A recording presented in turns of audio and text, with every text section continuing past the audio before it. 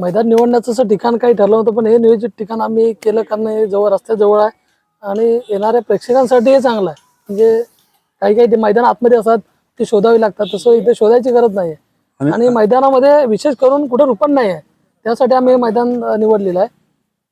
आणि अशा प्रकारचे मैदान होणार आहे आणि मैदान पूर्णतः पारदर्शक असणार आहे. डिजिटल टायमर असणार आहे मैदानात. Welcome to Konkan book. आणि मित्रांनो, आज आपण आलो माणकीमध्ये.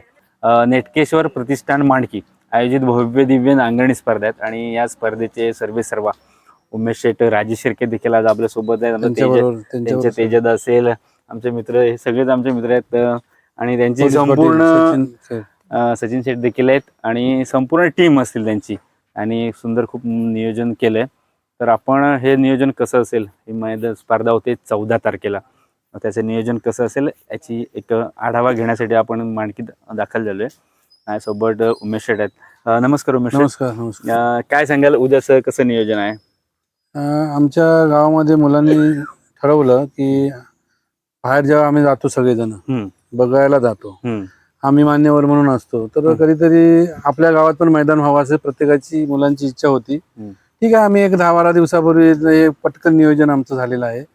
10-12 दिवसापूर्वी आम्ही इथं ह्या शाळेत मिटिंग घेतली. मीटिंग नंतर आमचं हे नियोजन गावठी मैदान करायचं ठरलं. त्यानंतर हे नीटनेटकं नियोजन तुम्ही बघताय, तुमच्या डोळ्यासमोरच आहे सगळं. चांगली बक्षिसं आम्ही ठेवलेली आहे. पहिल्या नंबरला आम्ही इलेक्ट्रिक स्कूटर आहे. 2 नंबरची बक्षीस पहिलं 11,000 ती 1,000 आम्ही कमी कमी करत ती 11 बक्षिसं आम्ही ठेवलेली आहेत सगळी मिळून. शेवटच्या बक्षीस 2,000चं आहे. प्रत्येक शेतकऱ्याला त्याचा लाभ मिळावा हीच आमची इच्छा आहे. की आल्यानंतर एक प्रत्येक राऊंडला आम्ही बघतो की 5-7 बक्षिसं असतात, पण 100 जेवढ्या जेव्हा येतात किंवा 50-60 येतात तेव्हा एक 10 एक 11 तरी आपण करूया असं सगळ्या मुलांचं म्हणणं होतं. त्याप्रमाणे आम्ही ते नीटनेटकं नियोजन झालेलं आहे.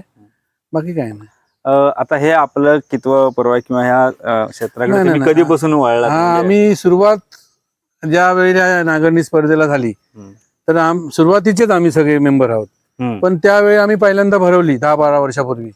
मध्ये गॅप पडला आम्हाला. त्याच्यानंतर 4 वर्षापूर्वी पण आम्ही भरवली. परत काय कालावधीनंतर गॅप पडला, पण ह्या वर्षी आम्ही परत 4 वर्षांनी परत भरवतोय. सुरुवातीपासून या क्षेत्रात आम्ही सुरुवातच आम्ही केली. माझ्या मते अनिल गोटेकरांनी सरांना भरवली होती. ते पहिलं मैदान असेल. आमचं वरती मादगेवाडी म्हणून आहे गावात आमच्या, तिथं आपलं ते दुसरं मैदान होतं. म्हणजे आम्ही गोटेकर माझे मित्र आहेत, अनिल गोटेकर. ते जरी संस्थापक असले ह्या चिखल नांगरणीचे, पण त्यांच्यानंतर मान आम्ही मिळवलेला होता 2 नंबरचा. तिकडचं मैदान झाल्यानंतर आपल्याकडे मैदान झालं 2 नंबर मांडकी झालं आणि परत एकदा झालं आणि आता हे होतंय एक 10 वर्ष. जर आपण बक्षीस पाहिलं तर 2 व्हीलर छान आहे. म्हणजे काय चांगलं, ही एक किमतीची वस्तू आहे. कसं काय नियोजन केलं की 2 व्हीलर बाईकच देऊया आपण? नाही, मुलांचं म्हणणं आलं की आपण गावठीला सार्वजनिक मध्ये म्हणजे घाटी आणि गावठी मिळून गाडी असायची दोघांना. आम्ही फक्त गावठी ठेवून गाडी दिलेली. हाच एक संकल्प, शेतकऱ्याला ते गाडी मिळाली पाहिजे, हाच एक उद्देश आमचा. बाकी काय नाही. तळागाळातली लोक इकडे येतात, त्यामुळे ते नियोजन आमचं झालेलं आहे. मैदान खूप सुंदर बांधलंय, तर तयारी देखील झाली. काय मैदानाबद्दल सांगाल किंवा हे मैदान निवडण्याचं काय विशेष काय? मैदान निवडण्याचं असं ठिकाण काही ठरलं होतं, पण हे नियोजित ठिकाण आम्ही केलं कारण हे जवळ रस्त्याजवळ आहे आणि येणाऱ्या प्रेक्षकांसाठी हे चांगलं आहे. म्हणजे काही काही ते मैदान आतमध्ये असतात, ते शोधावी लागतात, तसं इथे शोधायची गरज नाही आहे. आणि मैदानामध्ये विशेष करून कुठं रुपण नाही आहे, त्यासाठी आम्ही हे मैदान निवडलेलं आहे. आणि अशा प्रकारचे मैदान होणार आहे आणि मैदान पूर्णतः पारदर्शक असणार आहे. डिजिटल टायमर असणार आहे मैदानात, त्यामुळे कोणतंही असं चिटिंग वगैरे काही मैदानात होणार नाही.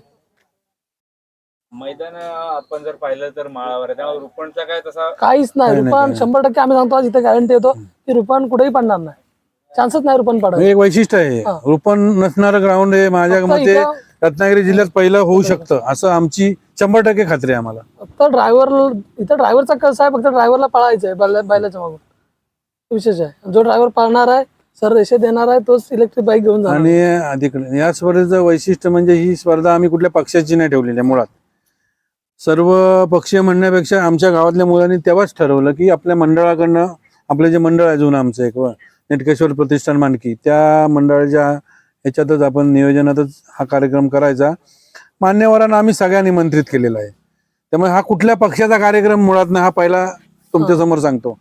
यायचं मान्यवर सगळ्या पक्षाचे, तर मुलं पण आहेत, ते सगळे वेगवेगळ्या ह्याचे काम करणारी मुलं आहेत पक्षाची, आणि प्रत्येकाने आपापल्या मान्यवरांना निमंत्रण पत्रिका दिलेली आहे.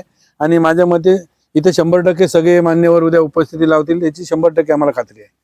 मैदानाचं वैशिष्ट्य असं आहे की मैदानाच्या दोन्ही बाजूने आम्ही रॅलिंग केलंय. त्याच्यामध्ये बैल जोड्या बाहेर जाऊ नयेत आणि त्याचप्रमाणे प्रेक्षकांना सुद्धा ती स्पर्धा अतिशय चांगल्या पद्धतीने पाहायला मिळावी, त्यासाठी आम्ही दोन्ही बाजूनी रॅलिंग केलेलं आहे मैदानाचं. प्रेक्षकांना त्रास होणार नाही, जर कुठली दुखापत होणार नाही याची काळजी. कमीत कमी आम्ही सांगतो हे मैदान 13 सेकंदात म्हणजे होणार आहे कव्हर 13 सेकंदाचं.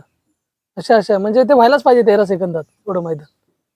आता अनेक दिवस चर्चा होती, काय शेतकऱ्यांचा रिस्पॉन्स आहे किंवा मैदान बघून वगैरे जातात? आतापर्यंत जे शेतकरी बघून गेले सगळ्यांचा रिस्पॉन्स चांगला आहे की मैदान असं मैदान आम्ही आता पहिल्यांदा बघतोय. आता आमचे ड्रायव्हर इथले स्पेशल रामूमने आहेत, ते पण मला काल भेटले होते. म्हणतो मैदान आपल्या जवळचं मैदान, खरोखर तुम्ही नियोजन चांगलं केलंय मैदानाचं. प्रेक्षकांची अलोट गर्दी होणार आहे ते, तर आता आम्ही नियोजन चाललंय की प्रेक्षकांना ठेवायचं कुठं, कारण दोन साईडने फक्त प्रेक्षक उभे राहील. समोर तिकडे बैल बाहेर जाणार आहे, तिकडं बांध असल्यामुळं तिकडून जास्त दिसणार नाही, आणि रस्त्यावर असल्यामुळं नियोजनासाठी आमची जरा कस लागणार आहे कार्यकर्त्यांचा. शेतकऱ्यांना एवढंच आवाहन करेन मी की उद्या तुम्ही बिंदास सगळ्यांनी, भरपूर शेतकऱ्यांनी इकडे मांडकी द्यावा असं आमची प्रत्येकाची इच्छा आहे. मैदान चांगलं आहे, बक्षिसं चांगली आहे, जे आम्हाला जमलं ते आम्ही सगळ्यांनी मुलांनी मिळून केलेलं आहे. तर आता प्रेक्षकांना सरळ सरळ आवाहन करतो की तुम्ही सगळ्यांनी उद्या भरघोस आपल्या काय ते नागराच्या जे जोड्या आहेत त्या सगळ्या तुम्ही इकडे घेऊन या आणि आमच्या कार्यक्रमाची शोभा वाढवा, असंही त्यांना मी सगळ्यांना तुमच्या माध्यमातून कोकण पक्ष त्यांना आवाहन करतो. विशेष म्हणजे इथे समालोचनासाठी आपले बैलगाडी क्षेत्राचे एक महत्वाचं योगदान राजा म्हणून आज किंग आहे वैभवदादा पवार आणि सुनीलदादा शिगवण, हे दोघं या ठिकाणी उपस्थित राहणार आहेत.